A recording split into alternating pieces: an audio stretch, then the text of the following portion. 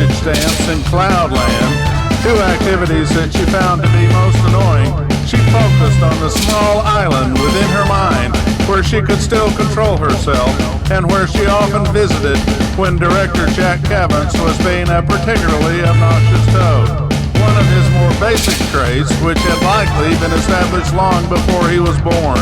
and curiously imagined herself to be enjoying a most excellent Cuban cigar while noting, as Professor Sigmund Freud had once observed in one flavor or another, firstly, that sometimes a cigar is just a cigar, and secondly, that, insofar as Darla was concerned, this was one of those sometimes. Cavance, who like Darla was a braino, and who, as a puzzling consequence of a minor indiscretion Darla had committed in the presence of the Imperial Director, had been given nearly complete control of Darla for 2 years, apparently as a reward for him, but actually as a punishment for her. Cavance certainly had a penchant for being toadish.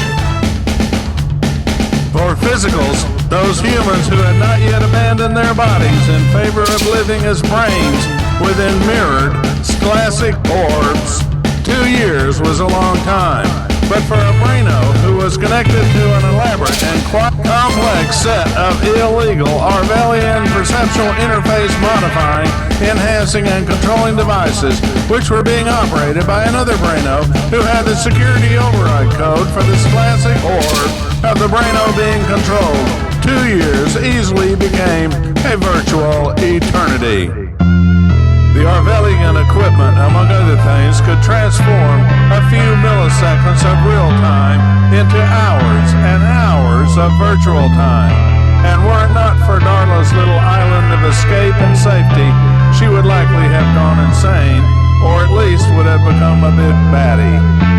Of course, she had moments, but generally, she made an effort to endure Cavance's tinkering with her mind while simultaneously making every effort to devise some way effectively to tinker with Cavance's mind. Darla had not become a powerful company director by being a fool. And even though it might take a while, she was certain there was some way to exert a bit of her influence on Cavance.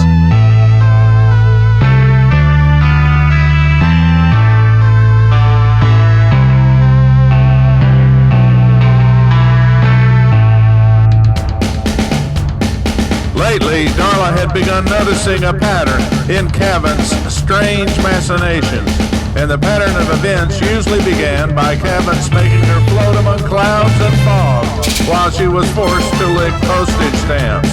After doing this for a while, Cavance then would begin playing musical recordings from the 1930s and 1940s of the planet Earth, and since this music nearly always made Darla want to do what she called her sexy dance, Darla would soon be dancing like Ginger Rogers in an enchanting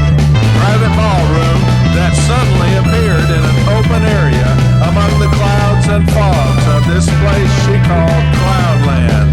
At the edge of the ballroom, the dance floor blended smoothly into the fog, but although there were carefully placed bright lights all around the ballroom and a spotlight which fogged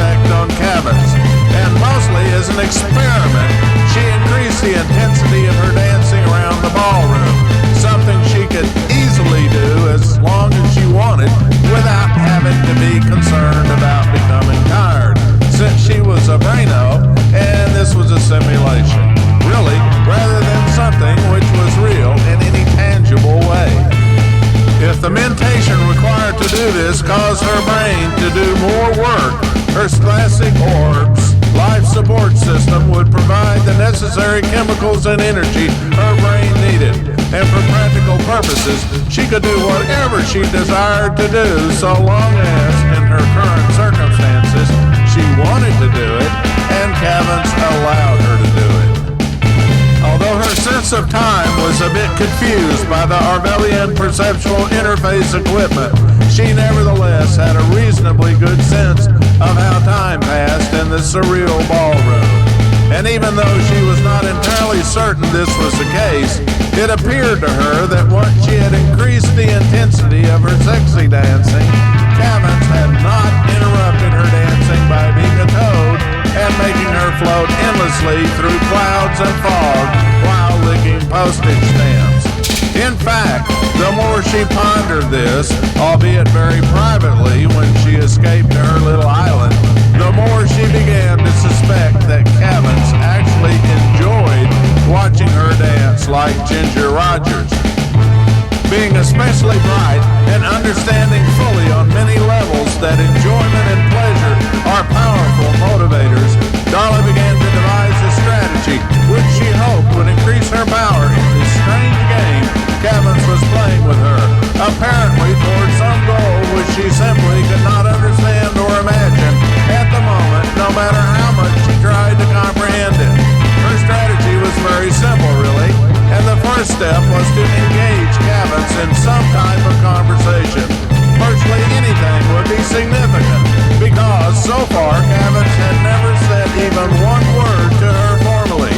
Instead, at least as it appeared to her, Cavans devoted most of his attention to operating the various Arvelian perceptual interfacing devices and, perhaps occasionally, devoted a bit of attention to observing her in some way that she sensed but could not exactly describe.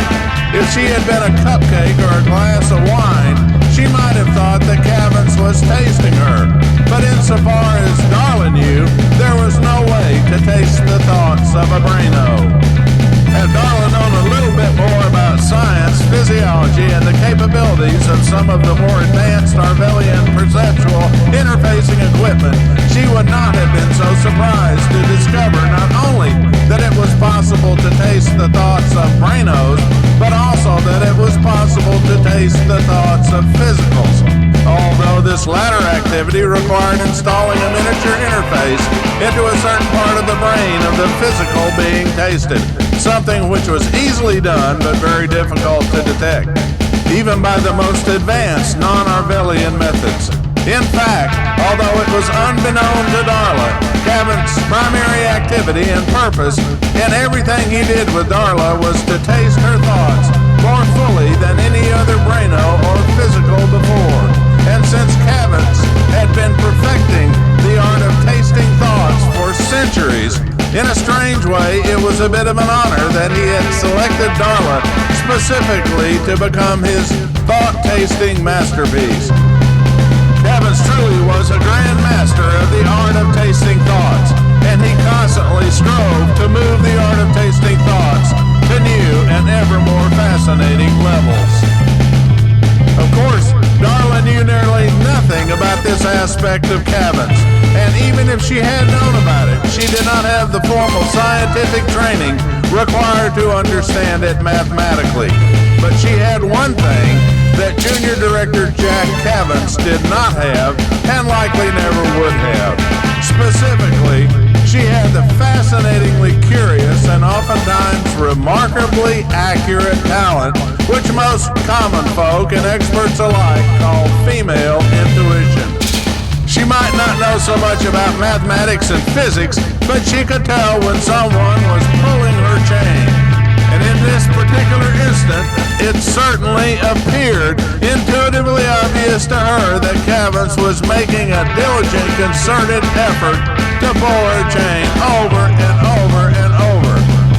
And from her perspective, which no doubt was enhanced considerably by female intuition, if Cavans was pulling her chain, then she might be able to pull his chain. And as she was pondering this insight, which was beginning to be more like an epiphany, she remembered an old adage about a goose and a gander, which she found to be quite amusing and more than a little bit instructive in an oddly curious way.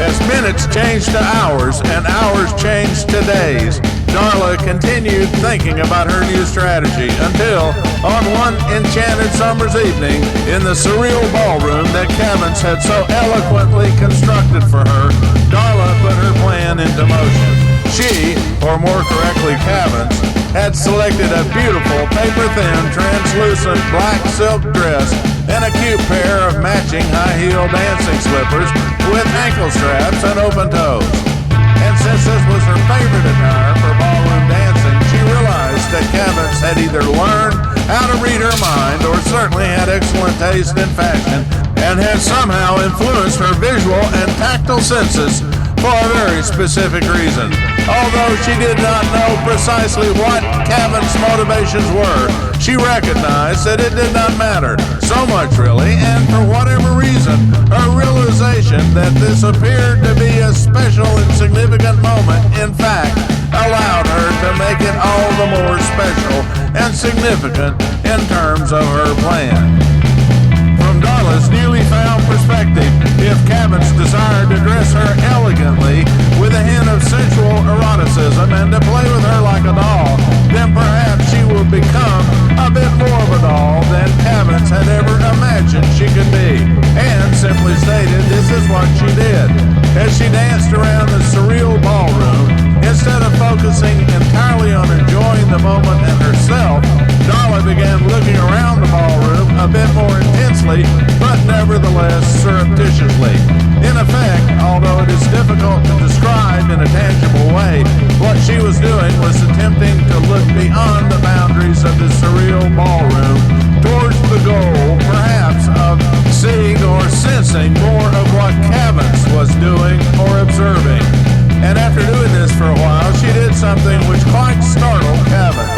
She spoke directly to him in a voice that he had neither expected nor imagined to hear, especially considering the dulling effects of the elaborate and complex Arvelian perceptual interfacing equipment he was using to control Darla.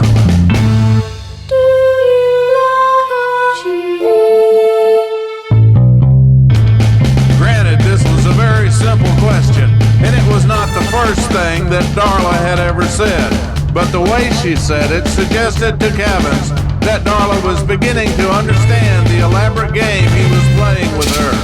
This so surprised Cavins that he momentarily let his attention, which was focused intensely on controlling the Arvelian perceptual interfacing equipment, wander, which in turn caused the Arvelian artificial intelligence algorithms, which were designed always to expect and, for practical purposes, to demand to be given intense focus, immediately to search for a controlling brain. In this brief instance, the only nearby brain which was intensely focused on controlling anything was Darla's brain. And in a very beautiful way, the Arvelian perceptual interfacing equipment not only understood on the most intimately deep level precisely what Darla wanted, needed, and desired to hear, but also captured the mind of junior director Jack Cavins, created a suitably attired simulacrum for him, made this simulation of him appear in the surreal ballroom, stood him directly in front of Darla, made his eyes look into hers, and then directed him to say this word. Yes! In another galaxy, thousands of light years away, Lolawagi, the favorite Arvelian consort of the Imperial Director, sprouted a small blossom whose enticing fragrance was her way of sharing an amusing thought with the Imperial Director when she was in her plant phase.